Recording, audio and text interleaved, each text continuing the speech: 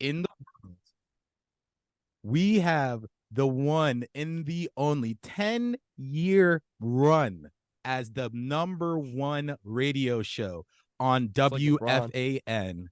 Also is a author and also currently has a show on FS1, The Carton Show. Everybody welcome Craig Carton. But I have to hold my mic in place. I totally understand. How we doing, Mr. Carton? I'm doing great. Please call me Craig, and it's all good. How you guys doing? Oh, we are doing great. We are just so happy to have you here. We thought we sold the bag as of last week when we couldn't get our technology to work, but we finally got it to work. We are so happy to have you here today. Yeah, I'm happy to do it. I like seeing young guys taking advantage of opportunities they have. And maybe one day one of you guys will get to a level where my job's in jeopardy. But that day is not today. Not with the technology issues we have, but we're here. We are so happy to have you. Anybody want to start off with any questions for Craig, or do you want me to start off? Mr. Carton, this is Connor Finan coming at you live right now. This is crazy. Go ahead. Go ahead. So as Xavier said, you have been doing this for a long time, and you did have the 10-year stretch on WFAN. Just a random question off the bat. If you were to give me one of the most underrated athletes that you've ever covered, whether it's baseball, basketball, football, something along those lines, if you could just give me a random name. We love random names around here on the show. So if you could just give me one. An underrated New York athlete? Anyone. A New York athlete. Actually, yeah, let's do New York athlete. I think, well, I don't want to go back before you guys were born. I could talk all day about the early 80s New York Knicks and the Trent Tuckers and Rory Sparrows of the world, but you guys will have no idea who I'm talking about. I mean, X was alive back then. Yeah, let me current for you. I think actually from a basketball standpoint, I think RJ Barrett isn't appreciated and is a bit underrated. And everyone talks he should be involved in every trade the Knicks make, but people forget the kid's 22 years old and has improved every year, has been in the league. And I think he, from a Knicks standpoint, doesn't get the love he probably deserves considering how old he is. From a football standpoint, I think when you look back at the New York Jets, I think we undersell the very short Jet career of Mark Sanchez. I knew it was coming. Yeah, a guy went to back-to-back AFC championship games and nobody thinks of it. We only talk about the butt fumble on Thanksgiving, but the guy had more success in the playoffs than every Jet quarterback combined, and we never think of him that way. I mean, that's funny that you bring up the Jets because that was going to be my next question for you, Craig.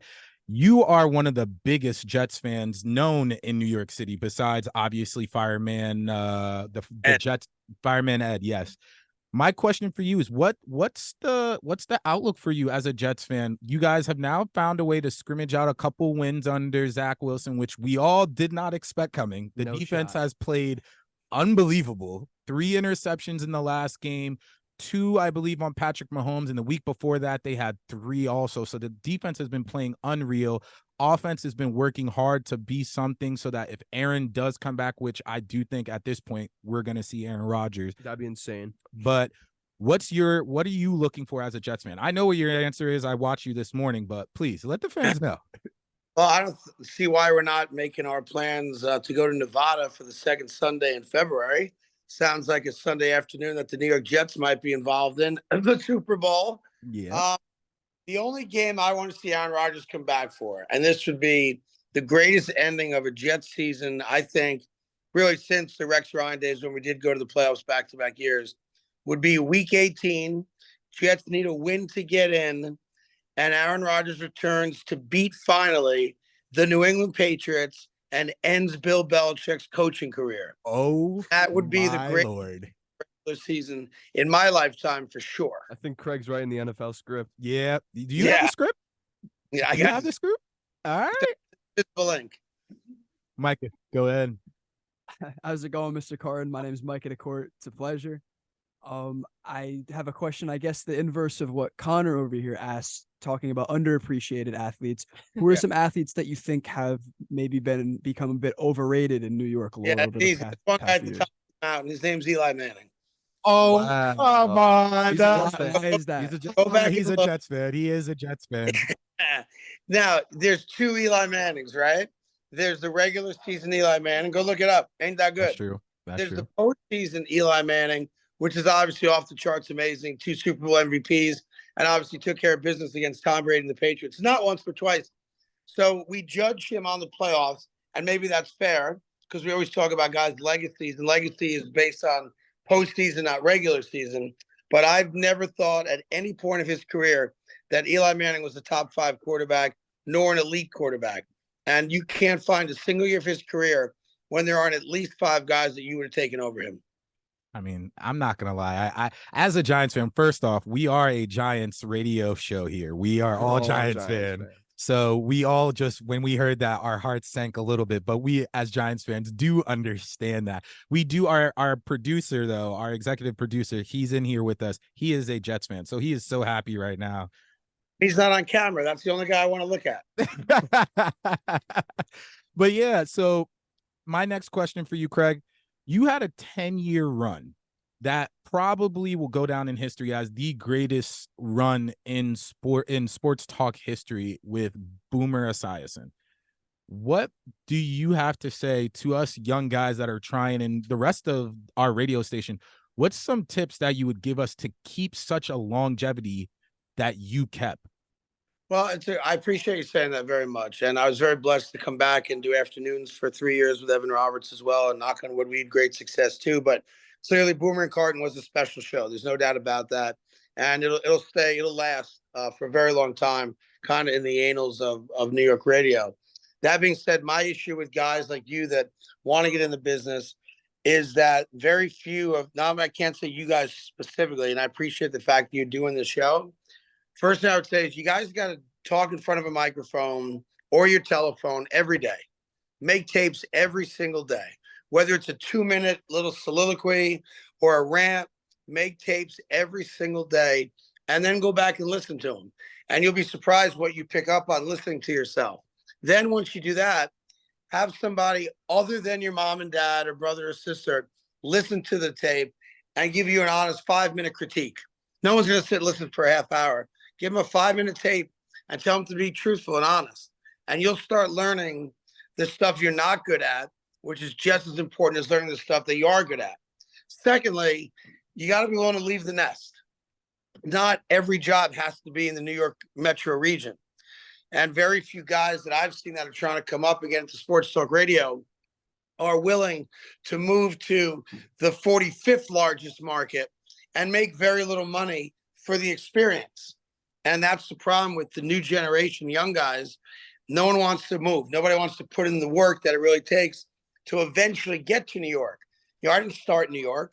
I started in Buffalo, making $12,000 a year, living in a retirement center. And that's true talk. And it took me a very long time to get to New York. And I failed the first time I got to New York at WNEW. So you got to put in the work. You got to be willing to move and accept other possibilities and other challenges. And then the last thing is there's a real sense of entitlement amongst young guys where it's, you guys have access to information more than I ever did growing up. So you guys are aware of everything going on because social media allows you to be. Yeah. That doesn't mean you're ready to talk about it in New York or in Philly or in Boston. You got to leave, go figure out who you are on the radio. And you can create a character for yourself on the radio and perfect it and then work your way back to the market you ultimately want to work in. But that would be my advice. And the last thing would be, there's nothing wrong with being the best midday host in Ohio. Yeah. Nothing wrong with that. And you can live a great lifestyle doing that and make decent money doing that and own something. And I think there's a lot of people that always think, well, this market isn't big enough or good enough, or I was successful here, so I'm automatically going to be successful somewhere else. And success in radio is so hard to come by that when you do come by it, my advice would be to hug it, grab it, hold on to it. And if you're ever going to let it go, you better let it go for the right reason and the right contract. All right. Connor. Yeah, Mr. Carton. Oh, you got to call me Craig. You got it. Sorry, Craig. Oh, Yeah, so I just want to ask, working with Boomer Esiason for as long as you did, was there anything, because obviously Boomer is a former pro, um, did you pick up on anything specifically or generally about, his football knowledge, and how did that propel you into becoming a better host? There were certain aspects of how to look at a game or how to look at a player that I picked up for sure from Boomer, and the other guys I've met and been fortunate enough to do shows with. And you take a little something from everybody. Like Boomer, of course, was a quarterback, so he views the game one way. Willie Colon, who I work with now on Fox Sports One, was an offensive lineman, so he views the game in a different manner, and on and on and on. The thing I learned from Boomer, probably more than anything, was the notion that being a professional athlete is not a right; it's a gift. No one has. It's not your God-given or born right to be a professional athlete, and it takes a lot of hard work that none of us ever see behind the scenes for every one of these guys to get to where they got to. Because if you think in your lifetime, wherever you went to school prior to this, the greatest athlete you ever saw with your own two eyes when you were in high school, the stud in your high school, he ain't even close to being a professional athlete. And you have to really acknowledge and appreciate the amount of work that goes into getting from being a really good high school athlete to college and ultimately to the pros. And those guys are just a completely different animal. And, seeing that through the eyes of Boomer allowed me to appreciate that, because a lot of us just think dudes are born and, 22 years later, they're playing NFL football or NBA basketball. And they're not. These guys are so good at what they do. We really can't appreciate their skill. It's like, Monet or Picasso or, Stephen Hawking or, pick your favorite, expert or something. That's the level these guys are at. And that's why there's not a lot of them. All right. We have two last questions for you. Go ahead, Micah, with one. All right, Craig. I have one question about just throughout your career, because I'm a sucker for stories and anecdotes and all that. So throughout your career, what's the I guess biggest bombshell news that you ever got to cover that happened live while you were on air? Like you were sitting in the booth and something happened and you found out about it that moment and then you started talking about it. What was the biggest part of in your career for that? So Boomer and I doing our show, and there was a popular band at the time called Neon Trees. And Neon Trees, I was friendly with their manager and became friendly with their lead singer. So we invited them to come into the studio to play their hit song. They had like 2 or 3 legitimate hits, like top 10 hits, and they were going to come in. So they come in, I introduce the band, they all say hi, it is what it is, right? And then they start playing their hit song. On like the third note, my producer says in my ear, George Steinbrenner just died. So now I'm in a spot where I got a live band in studio. They literally have just started, but as the news is going to spread immediately that George Steinbrenner is dead, everyone's going to turn WFAN on because we're going to have the best coverage of it because, we're the sports station of record. And it took me probably 10 seconds too long to tell the band to stop playing and to kick them out of the studio so that we could now focus the rest of our show in the moment on the death of George Steinbrenner. And it's probably the biggest story, certainly one of the biggest sports stories that we had while we were live on the air, because it's rare for there to be breaking news during a morning show. Mm-hmm. So from a sports standpoint, if that's not number one, I can't off the top of my head think of what is. That is crazy. Thank you for sharing. That is a very crazy story. All right, final question for you, Craig. You are pretty much the voice of New York besides, Mike and Mike, because I grew up listening to you and then Mike. Never the voice of New York. Oh. And no, they never were a pimple on the rear end of New York from a radio standpoint. Wow. And they had a really good show and it played really well nationally. And I commend their success. But at no point were Mike and Mike ever relevant in the New York City market. It never happened. Wow. All right. That's news. I mean, at least for me, because I grew up, my dad is from Nigeria, moved here as an immigrant, as a teenager. And when he got his own office, he literally would have the radio on. It was you and them all day long. I listened to nothing else. Oh, Francesa? I mean, a little Francesa, but it was more or less them two. So my question for you as one of the voices, if not the voice of New York, New York sports right now is in a very weird place. You have the Jets who are, teetering of being a Super Bowl contender if Aaron Rodgers comes back. The Giants are deplorable when it comes to blocking anybody when it comes to offensive line and the team as an organization as a whole. Giants, Jets, everybody are not looking great. What is your outlook as a New York sports fan? How do you keep happy? What are you telling yourself? Are you hoping for a Mets pennant, a Yankees pennant in the future, Islanders, Rangers, Devils championship? Like, as a New York sports fan, it's not easy right now. So what are you doing to cope with that? I mean, it hasn't been easy for my whole life. But I'm true. very hopeful that the New York Knicks do something this year. And I know they're not the best team in basketball. I would say they're possibly the third or fourth best team in the East, behind Milwaukee and Boston, and then maybe Philly's in there as well with Embiid. I would like to see the Knicks have some level of success. So the Knicks are my squad, and I'm going to go with them. I think the Jets can make the playoffs. Okay. I don't think they're a football team right now without Aaron Rodgers, but they could make the playoffs. The Giants are in a rebuild mode. It's embarrassing what's going on there.